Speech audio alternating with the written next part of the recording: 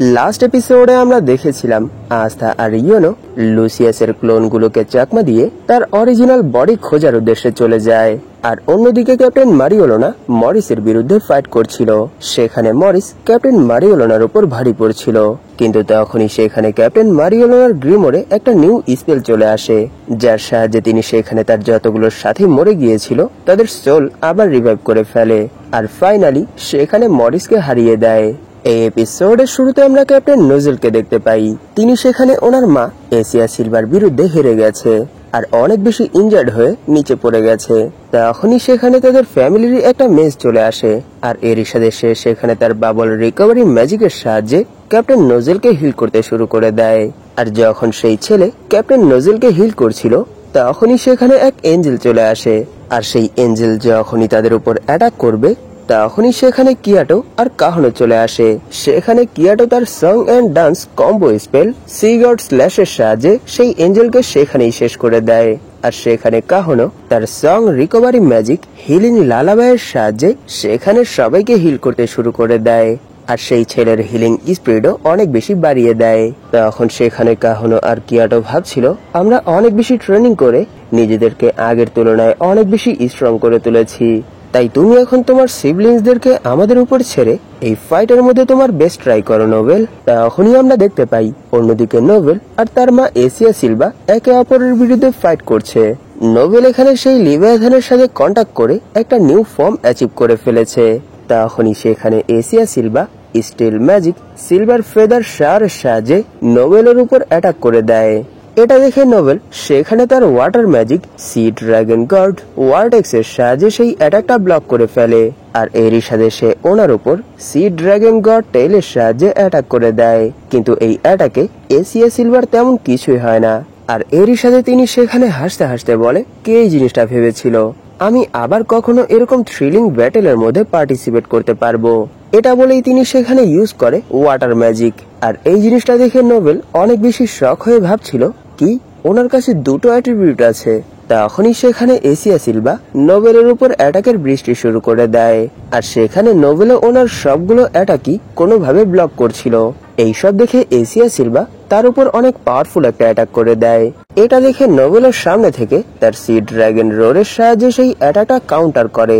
তাদের অ্যাটাকে সেখানে অনেক বড় একটা ব্লাস্ট হয়, কিন্তু এখানে শুরু থেকেই এসিয়া সিলভা অনেক বেশি স্ট্রং আর এরই সাথে তিনি তো এই সময় একটা প্যালাডিনে বদলে গেছে।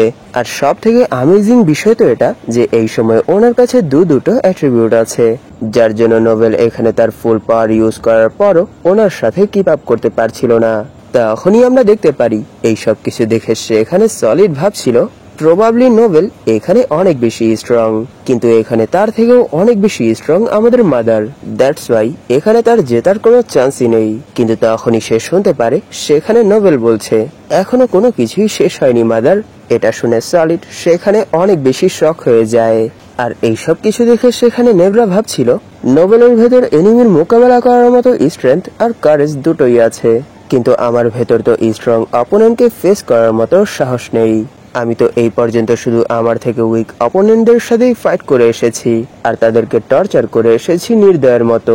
আর যখনই আমার কোনো স্ট্রং অপোনেন্টের বিরুদ্ধে লড়াই হয়ে যায় তখনই আমাকে শেল্টার দেওয়ার জন্য আমার থেকেও স্ট্রং কেউ আমার সামনে চলে আসে আর আমি এই জিনিসটাকে অনেক বেশি হেট করি।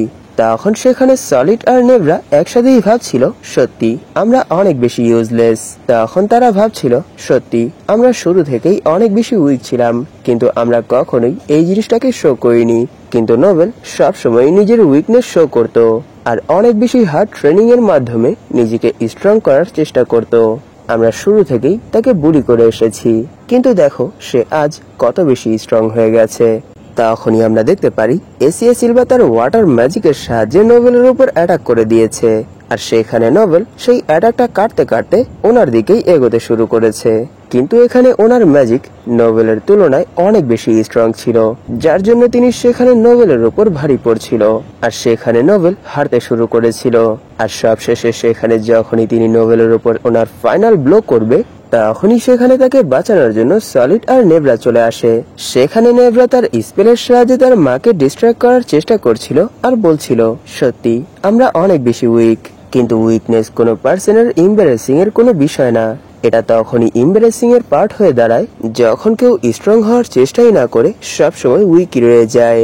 আর সেখানে নোবেল তার সিবলিংসদেরকে তার সাহায্য করতে দেখে অনেক বেশি শক হয়ে যায়, কারণ এটাই তার প্রথমবার ছিল যখন সামনে থেকে তার সিবলিংসরা তার সাহায্য করছে।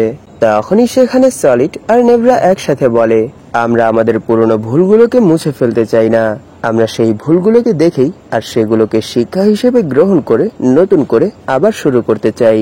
আর এটাই সেই রিজন যার জন্য এখানে আমরা চারজন একত্রেই আপনাকে হারাবো মাদার। এটা বলেই তারা চার ভাই বোন লড়াই করার জন্য তৈরি হয়ে যায়। এই লড়াইয়ের মধ্যে ক্যাপ্টেন নোজেল এই জন্য আসতে পেরেছে কারণ কাহনো ওনাকে শুরুতেই হিল করে দিয়েছে। তখনই সেখানে কাহনো বলে, আমাদের হয়ে তোমরা সেখানের সবকিছুই হ্যান্ডেল করে নিও। তখনই সেখানে নেভরা তার mist magic bewildering forest of mist use করে, আর এই স্পেলের সাহায্যে সে এখানে এসিয়া সিলভার মাইন্ড ডাইভার্ট করার চেষ্টা করছিল যাতে করে তারা এখানে একটু টাইম বাই করতে পারে, আর সেই সময়ের মধ্যেই একটা নিউ স্ট্র্যাটেজি ক্রিয়েট করে এই ফাইট কন্টিনিউ করতে পারে।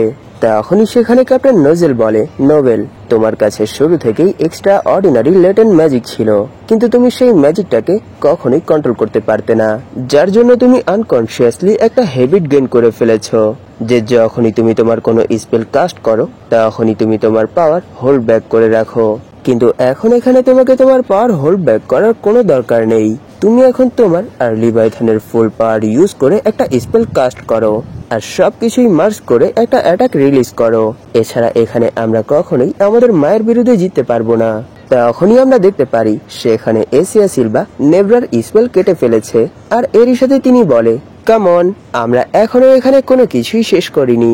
এইসব দেখে ক্যাপ্টেন নোজেল বলে, এখন আমি সবকিছুই তোমাদের তিনজনের উপরই ছাড়ছি, আর আমি এখন আমার সব পাওয়ার শুধু ডিফেন্সের উপরই ফোকাস করছি, কারণ বিগ ব্রাদার এক্সিস্ট করে তার ছোট ভাই বোনদের প্রোটেক্ট করার জন্য। Isn't that right mother? তখনই আমরা দেখতে পারি সেখানে ক্যাপ্টেন নোজেল ইউজ করেছে মার্কিউরি ম্যাজিক সিলভার গার্ডিয়ান, আর এরই সাথে তিনি সেখানে ওনার মায়ের অ্যাটাক শুধু তার হাতের সাহায্যেই ব্লক করে ফেলেছে। এই স্পেলের জন্য এখানে ওনার ডিফেন্স পাওয়ার অনেক বেশি বেড়ে গেছে। তখনই সেখানে ক্যাপ্টেন নোজেল তার মা এসিয়া সিলভার ওয়েপেন আর তাকে ধরে ফেলে, আর এরই সাথে সে মাইন্ড টু মাইন্ড তার সিবলিংসদেরকে বলে, আমি এখানে তোমাদের জন্য টাইম বাই করছি, নিশ্চয়ই তোমরা জানো যে এখন তোমাদের এখানে কি করতে হবে।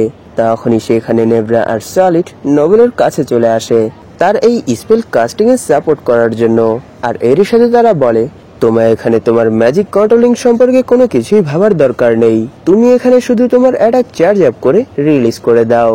এইসব শুনে নোবেল বলে, হ্যাঁ আমি এরকমটাই করব।